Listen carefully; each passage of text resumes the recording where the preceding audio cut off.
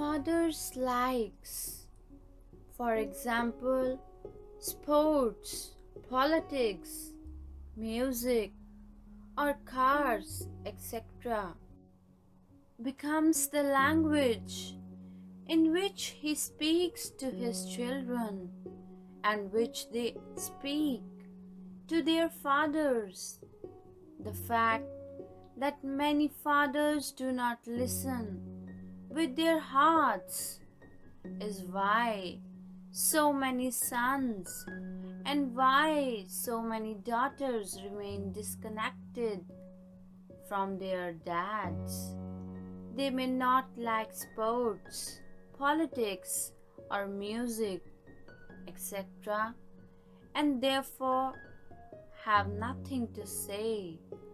I meet so many people that are obsessed with sports, politics, drugs, drinking, etc., because this is the only way that they can relate to or speak with their fathers. Many people have no idea as to why they like or do these things and rarely make the connection that they do these things because this was their father's language. This is how they have learned to gain their father's approval and acceptance and his attention. My father's language was politics and technology.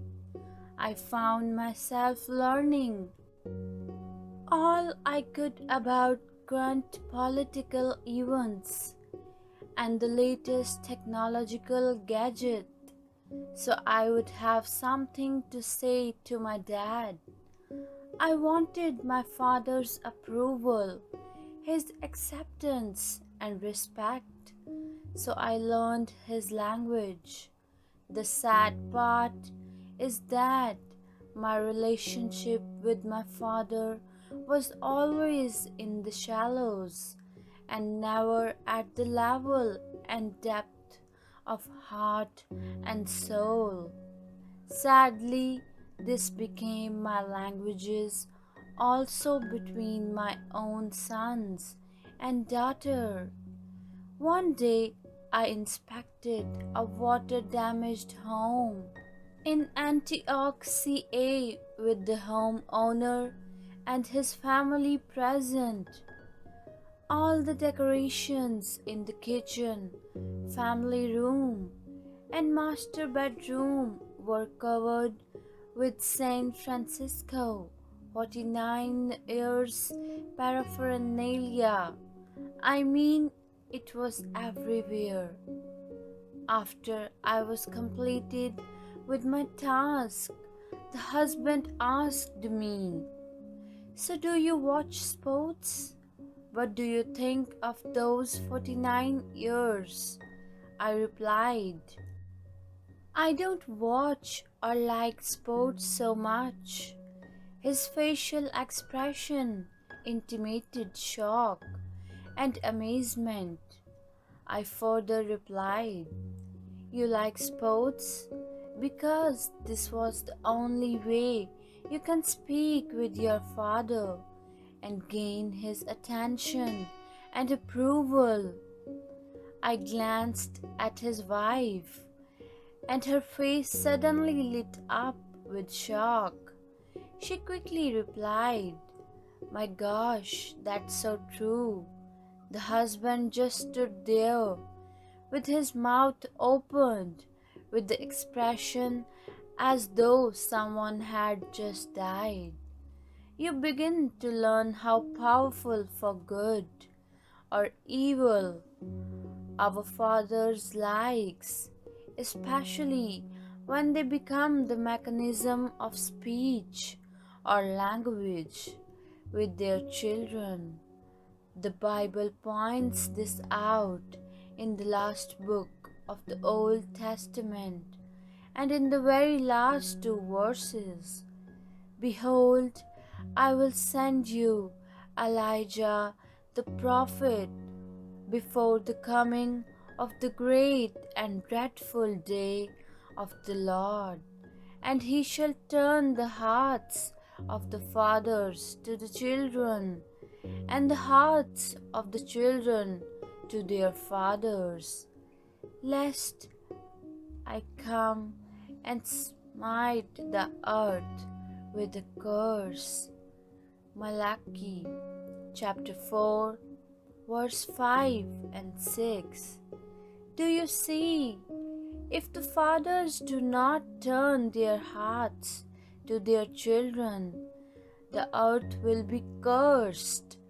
What curses the world is silent fathers, and fathers that do not speak from their hearts. This in turn causes children not to speak from their hearts also. Instead, their relationship with their dads is in the shallows.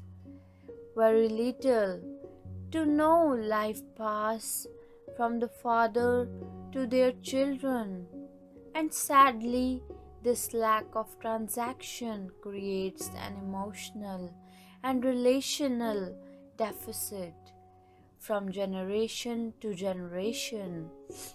Proverbs chapter 4 verse 23 puts it this way: watch over your heart with all diligence, for from it flow the springs of life. If you're a father, change the language from sports, politics, or anything that keeps your relationship with your kids in shallow places, and listen and speak from your heart. From your heart flows the springs of life. Your kids can't live successful, healthy, and full lives without the spring of life from your heart. Your words and language matters.